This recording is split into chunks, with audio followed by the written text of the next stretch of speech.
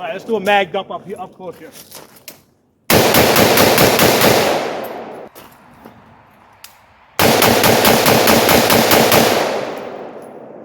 Fun. Hello everyone, welcome back. Today we're going to be talking about my first AR-15. Okay, so I bought this in 2010. Back then I was fairly new to guns. I got into guns late in life. I think I was something like, I don't know, 35, 36 years old at the time. So I had moved into PA several months earlier and started buying guns. Okay, so I had already bought a couple of pistols, I bought a couple of rifles. I had like a Mosin Nagant, you know, I had some high points. So like the typical newbie, I was like going after the cheaper guns. Which is fine because I learned to shoot on those guns. Okay, sometime around 2010, I saw this Smith & Wesson M&P 15 Sport 1. Okay, so I think I saw it. It was listed somewhere around $700 in the gun store. I mean, I think by the time I got it, the store was something like $750. But it seemed like a bargain because most AR-15s around that time were somewhere between $1,000 and $1,200. Okay, so and that's for the budget ones. This is before Palmetto. I mean, the company may have been around at the time. I don't know, but this is before they became like a main thing. Like back then, I think Deltins were a big name. Bushmaster was a big name. You know, so you know, Colt was a name back then. My second one was a Colt. So the one after this is Colt. I've done other videos on that. I'll bring that back at some point. We'll do a video on that as well. So this was my first AR-15. Went into the gun store. I saw it hanging on the wall. It was listed. Maybe it was listed for $720 or something. And it seemed like a very good bargain because at the time, like I said, when I was thinking AR-15s, I was thinking upwards of $1,000, and I'm like, I'm new to guns, so I'm like, I'm not spending that much money on the gun. You know, I got my high point, I got my, you know, my Mosin Nagant, you know, I had my SKS, you know, so I saw this, and I'm like, hey, you know what? Let me get this thing and try it out. I had not, which is not to say I hadn't shot an AR-15. I had shot ARs, I had shot AKs. Like I said, I was slowly getting into it. So. That's basically the reason I bought this because it was the cheapest one I saw hanging on the wall, and at the time, like buying guns online and having them shipped to your FFL, it probably was a thing, but to somebody that just got into guns, you know, that's not a thing. You normally, like I was going to gun shows at the time, I was getting these SKSs and Mosin Nagants at gun shows and stuff like that. Yes, so this was the cheapest one I saw hanging on the wall.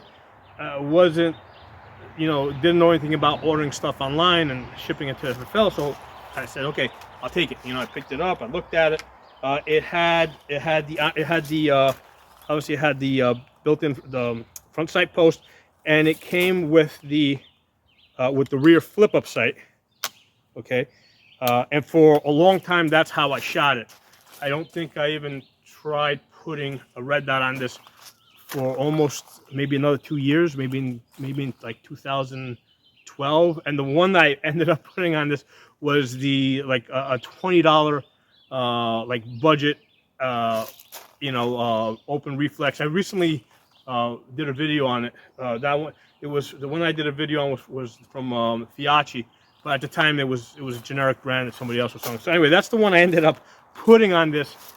So again, this is like brand new to me. So anyway, as far as this gun over here, I started shooting it.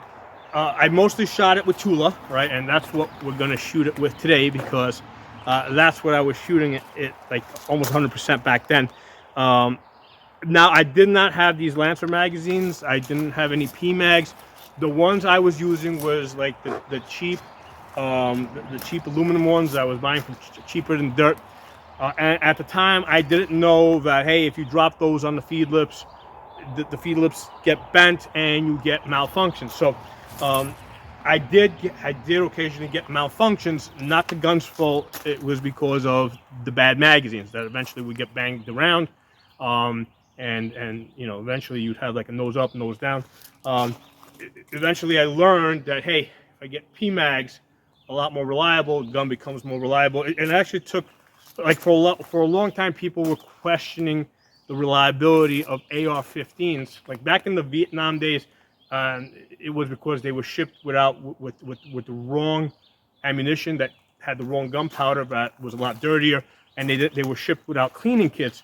But that got resolved, you know, way back then. But what they didn't resolve was the problem with the magazines. Okay, so for a long time, AK-47s were considered a lot more reliable. In fact, back in 2010 when I got this, that was like a major thing. Like people were like arguing online all the time over which was the better gun. Everybody was saying the AK was a much more reliable gun. At the time, we really didn't know that the problem with the AR-15 reliability was the magazines. Okay, once we got the PMags and these Lancers, this gun became like 100% reliable. So ever since I started using good magazines, either Lancers or PMags, I've never had a malfunction that was either not induced, right? Because sometimes I'll induce malfunctions for the purpose of exercises. Sometimes the ammunition can be shitty. So ever since I got good magazines for the gun became 100% reliable. So I'm going through this whole story for you because, like I said, this is my first AR-15, and you know, most of the guns that I talk about, I usually talk about them from the perspective of, hey, I got this. I was already a gun instructor. I knew, you know, everything about the gun.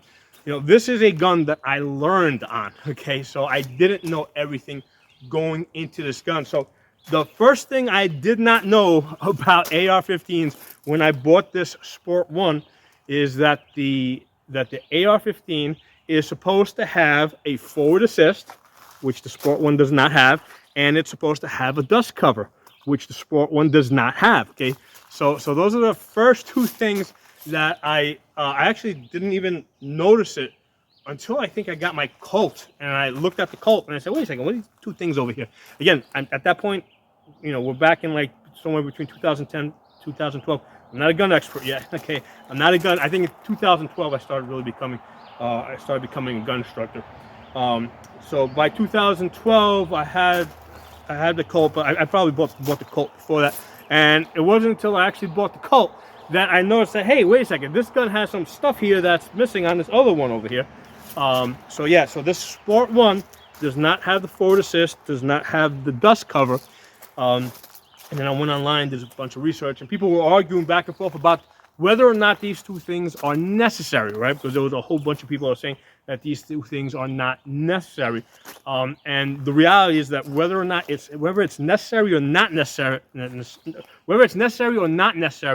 it did in fact bother me that this thing was missing those two items, okay? Because it certainly wasn't a mil-spec gun. And yeah, that's the first thing that kind of soured me to this gun. It's like, holy shit, I bought a gun that's like, you know, it's missing stuff, okay? So that was the first thing. Now, the reality is that while most beginners, most shooters that just go to the gun range will never use those two things, for the type of shooting that I ended up doing, right, as I got more into the tactical side of this, I do use both of these two things, okay? For one thing, like a lot of times if I do a press check to see if I got around the chamber, or let's say I have the gun locked open and I want to slowly chamber around, let me get a magazine in there, right? If I want to slowly chamber around without making noise, right? Oh, she won't even pick it up. Yeah. Okay, so if I'm trying to slowly chamber around, right, you see how it remains open, okay? Because I don't have the forward assist now. So now what you gotta do is you gotta put your finger in there and you gotta try to push it in. And no, I can't even pushing it with my finger here, can't do it. I gotta, you know, slingshot it, okay? So as I started getting into more advanced training, yeah, I ran into limitations with this not having a forward assist, and the other problem was it not having a dust cover. You know, especially like a lot of times if I'm shooting in the rain or when it's snowing, right? What I want is, basically I don't want rain and snow getting into there, especially if the bolt is locked open, or even if it's closed. This area over here that runs back and forth inside the upper receiver, that's basically part of the engine of the gun, right? The bolt carrier here. I don't want to get snow on that if I can avoid it, okay? So the other thing I have found is when you're shooting, especially in the wintertime, because sometimes it's like -10 degrees and I'm shooting, I want to maintain a consistent chamber temperature, right? So because as the chamber gets hotter or colder, that can affect the powder burn. And so what I'll do is in the wintertime especially, what I'll do is here, let me get the round out. Get this out. Let me empty this guy out for a second. So in the wintertime, when I get locked back, okay, if it's like negative, like 10 degrees or 15 degrees or 20 degrees, what I'll do is I'll close the dust cover, because what that does is I don't want the chamber cooling down too fast, right? Because then, like, I'm going from extremes. I'm going from the chamber being hot to it's like sometimes extremely cold, as low as -10 degrees, and now the chamber's cooling down. So I'd like closing the dust cover so that the chamber temperature is just a little bit more consistent, okay? In the summertime, I'll do the opposite. If I'm shooting, I'll make sure unless it's raining or something, I'll make sure I leave the dust cover open, because I want the chamber to cool a little bit, I'll use the dust cover more in the wintertime than in the summertime. So the point is, I do use those two things, okay? So this M&P 15 did not have that. So the other thing that this thing is really sucks on this gun, and again, this is like my first AR-15. It is the AR-15 that I like the least, and it actually has a very tight. It's very tight. The upper and the lower, like really tight. Like there's absolutely zero wobble between the upper and the lower. So I gotta use something to pop this thing open. Pull the hammer back. There we go. So some people like a really, here we go, got it. Like a really tight upper and lower. I've come to not like a really tight upper and lower. I'd rather accept a little bit of wobble, and just be able to open up the gun faster when I want to open it. But anyway, the thing that really irked me about this M&P 15 Sport 1 is that it's a neutered bolt carrier. Okay, so this is normally the bolt carrier. This cut here should basically match this one over here, right? So this side here and this side, this should come out all the way to here. Okay, so you see how they cut it back? Okay, so the reason why Smith & Wesson does this, and also Colt, again, I didn't notice at the time, is so that you can't put in a drop-in auto sear, or a coat hanger auto sear, or one of the other ones. There's a few other ones out there. Not that I've tried it, but you can't put it in here. So that really bothers me. And that's the reason, that's like the key reason why it's like, you know what, I don't want to buy another Smith & Wesson M&P 15. I didn't want to buy it in Sport 2 because I believe in the Sport 2. The Sport 2, I think they added the forward assist and they added the dust cover, same plastic handguard. Was not interested in buying that. Sport 3, they got the, as far as off the top of my head, they've got the forward assist, they got the dust cover, but the main thing is it's a free-floated rail. So that's the Sport 3. So here's the thing, I have not looked at the bolt carrier on the Sport 3. I have to assume that they're using the same neutered bolt carrier, okay? So without even looking into it, because they did it on the Sport 1, it's like I won't even look at the Sport 3. The same thing with Colt. Because I bought a Colt and it's got a neutered bolt carrier, I was never interested in buying another Colt, AR, later version, etc. Not interested, because my thing is, like, I don't want the company deciding how I'm going to shoot the gun. First of all, I may have a legal auto sear, or I may, whatever, I may decide that, hey, I'm gonna, give that to the government and do what I want to do. And the point is, I'm an adult. I don't need them to try and limit me, okay, or to force a limitation down my throat. So even though I don't have an auto sear, I don't do that. The fact that they're kind of like they're forcing me to not do it, even if I did have a registered auto sear, you know what? That really makes me hate them, okay, and that makes me not want to buy, another M&P 15, right? Or a Colt for that matter. Now the thing is, if you look over here, they say M&P 15, right? That means that stands for military and police. So how do you go about putting the label military, right, in the name of the gun, right, and then like give me a neutered gun, right, with a neutered bolt carrier? Okay, so you know what? If you're gonna do that, take that M&P off and like put like, I don't know, pussy 15 or something. So that's how I feel about that. So that's the reason why this is like my least favorite AR-15. The Colt is my second least favorite AR-15. I much more prefer the Palmettos and the Radicals and some of the other guns I have and I've reviewed. I can't remember my Ruger. I got a bunch of them. I don't remember the names. But all of those guns, they come with photo assist, they come with dust cover, and they come with a full auto bolt carrier. Now I understand at the time they were trying to save some costs, so that's the reason why they left off the photo assist and the dust cover. I can't imagine they would have saved a whole lot of money. I mean, those things tend to be like extremely cheap parts, and the time to assemble those two parts is also very little. So material and labor is like, so I can't imagine they saved more than, I don't know, $20 or $30 per rifle. So it was a really cheap thing to do. So yeah, left a bad taste in my mouth. So I think they corrected it on the Sport too, but still the neutered bolt carrier, oh man, that is like an absolute no way. It probably cost them more money to neuter the bolt carrier, right? It probably, rather, because most companies out there sell a full auto bolt carrier. So they I think they would have to buy one of those and then grind it down to neuter it in order to sell to us. Okay, so they actually went out of their way. They put in extra expense to neuter the bolt carrier. So really pissed me off. Now, despite that this is my least favorite AR-15, this is actually my primary home defense gun, right? It's got the light on here.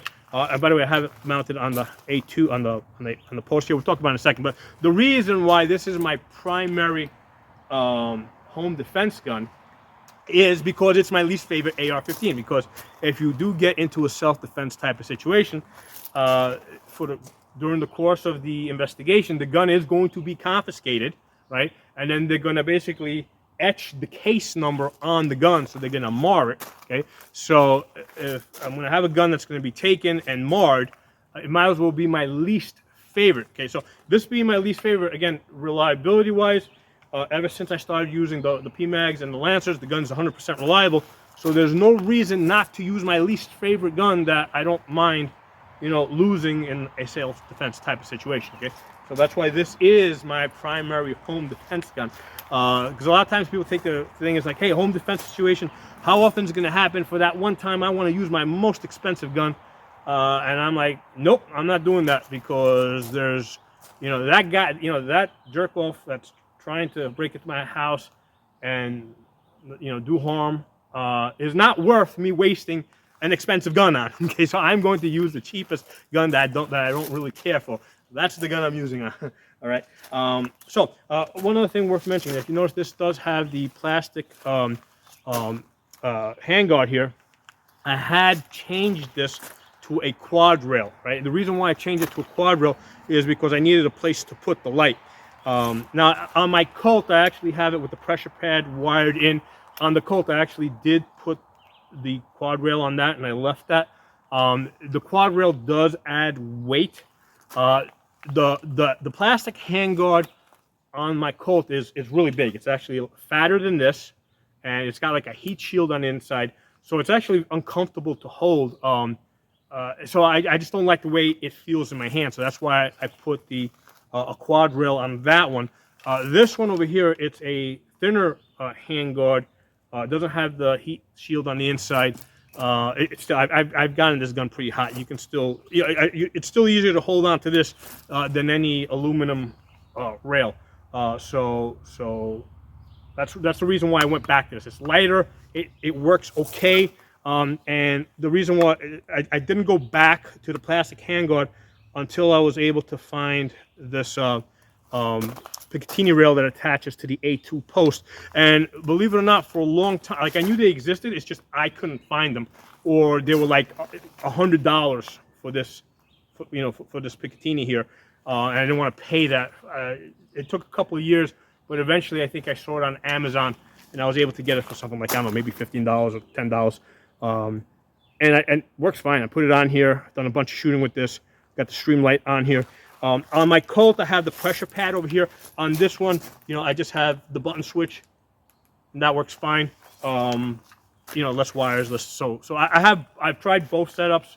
For this one, I like it because it's, one of the nice things about having the light on here, I can remove this easily and use it as a handheld light if I wanted to. So that's one of the nice things about not using the pressure pad with the wires. And the way this, when you attach it to the A2 post, it's forward enough that it doesn't interfere. You can hold the gun and you can activate the light. And if you don't want to use, if you're not using the light, it's forward enough out of the way that it doesn't bother you. So this is actually a very, very good setup. So yeah, that's the this is my first AR-15. As far as accuracy, now early on I was just using iron sights. When I was just using the iron sights on this, I think I was getting something like 3 MOA. When I started using the red dots, including that $20 Fiat, the group started, came close to 2 MOA. Right? I started getting like 2 inches at 100 yards. And then when I started using like this red dot, and then I put a magnifier behind it, right? I'll slide out this, I'll remove the rear sight. I'll put the magnifier on it.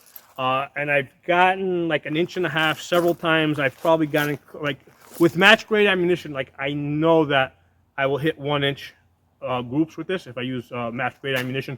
I generally don't use match ammunition on this because it's like, it's like I said, it's my least favorite AR, so it's like I don't want to use expensive match grade ammunition on this gun, and that's really what it comes down to. So with good target ammo, I've hit 1.5 inches several times. I've hit 1.25 inches, I think. So it's a accurate rifle, no question about that. They did build a good rifle. If you use good ammunition, if you match up your ammunition to the gun, you'll get some really nice groups, especially if you have a magnifier in the back or if you've got some type of magnification. It really makes a difference. If you're shooting at 100 yards, it really helps you hold on your target a lot better. Okay. One of the things I did do is I did remove the end plate and I put a QD point here because at one point I was basically learning to use the single point sling. I ended up coming back to the 2-point sling. So yeah, at some point I was using the a single point on this. I learned on it, so I did change the end plate on this. I never bothered to put a ambidextrous safety on this, which I do with most of my ARs. And again, the reason is because it's not a gun I shoot that often. It's my least favorite AR, so it's just like, okay, I can get by with a standard safety switch on it. Okay, the optic is the Holosun. Which one is this? The 503 CU. So it's the circle dot. It's a green one. Works great. Again, if I want to shoot at distance, I'll take off the rear sight and put on the magnifier. So yeah, this is a great optic for this gun over here. So anyway, let's shoot this gun a little bit. The stock looks like the stock did not come with a mounting point in the back. So what I did is I added a QD socket so I can mount back here. So I've got the H and hook H&K hook match over here. I had to use the H&K sling because on the front you got this thing over here, and I didn't, you know, so the easiest thing to do is just put an H&K hook over here. I'm not using a fast loop sling, which I normally keep attached to the guns that I shoot a lot. Again, since this is a gun I don't shoot that much, yeah, you know what? It's, you know, I just didn't think it was worth, you know, putting a fast loop sling on this. You know, if anything, if I needed to more space or do left side transition, I would just come out of the sling. You know, so that's, I did this for many years, so you know, it's pretty quickly to get out of this thing when I need to and get back into it. So again, since it's a gun that mostly sits in the safe, I don't use it that much. It gets the cheap sling. Okay, let me get my ears on. Let's see what she is.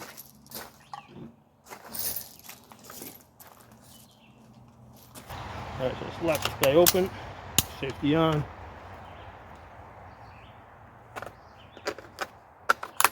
Exit in.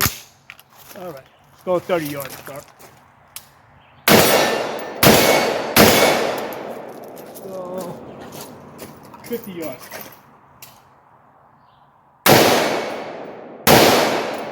Let's go 65 yards.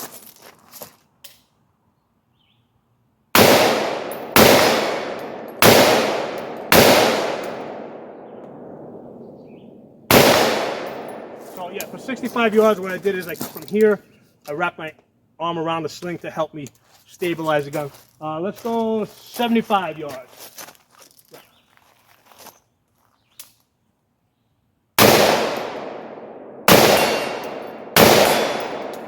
All right, let's do a mag dump up here, up close here.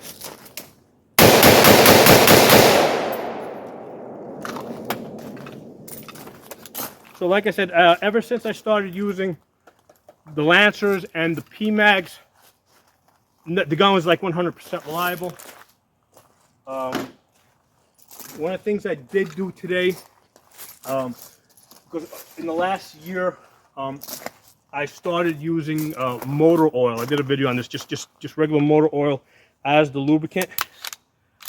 So I put some motor oil in there as the lubricant. The thing I like about using the motor oil is that when the gun starts getting hot, and I can feel some of the heat now coming off of these vent holes over here. Yeah, barrel. I mean, it doesn't take much to get these barrels hot. So once the gun starts getting hot, what I noticed is that the motor oil stays wet longer. Okay, when I use like the for years I was using like the Walmart Remington spray can, like the Remington oil, gun oil. And what I find is that it gets drier faster. Okay, so yeah, lately I've been putting just motor oil, the cheap motor oil. It doesn't have to be anything expensive. Cheap motor oil. I've been using that as my primary lubricant. As long as you don't put too much. If you put too much, you can almost start tasting it while you're shooting, right? So you just gotta put a little bit in there. If you put too much, just wipe it off. Yeah, you don't want to put too much, because seriously, you'll start tasting it. And the guns, I've been very happy using motor oil. I don't see a reason. I haven't found a reason to stop using it yet. So yeah, I only shot 20 rounds, and yeah, it's you know, barrel, you know, it gets hot fast. But nice thing about these plastic handguards, man, you can get this. I mean, I've actually shot this gun. Actually, was it this one, or maybe it was my Palmetto? I don't remember, because I have a Palmetto that also has a plastic handgun. I've shot this gun to the point where, like, I could see smoke coming, like, from the end, like where the plastic meets the metal, because this thing here had gotten really hot. I could actually start seeing a little smoke coming out from here. So I was at the point where, okay, I better stop shooting this now, because I'm actually going to start melting the plastic at the point where the plastic makes contact with the metal. So I've gotten the gun hot to that point, and you can still hold on to the plastic handguard. So, you know, the thing with the plastic handguards is you can't, you know, it's hard to attach stuff onto it, right? You have to put stuff like I did over here on the A2 post, you know, but they are lighter, and you can hold the gun longer when the gun gets hotter. Okay. So yeah, I hope you guys enjoyed the video. Drop some comments. I'll talk to y'all soon. So I just found another magazine laying around. This one's got 10 rounds in it. Let's blast this thing off, man. We're gonna dump it, man. We're gonna dump all 10 rounds. Come over here on the side, man.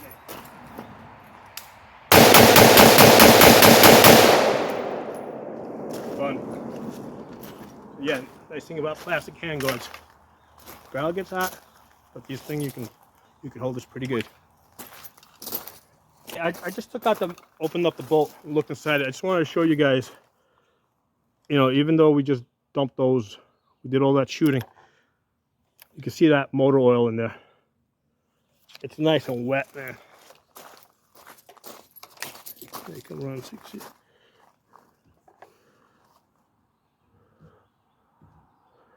See how despite all that shooting? So yeah, I'm a big believer in using motor oil.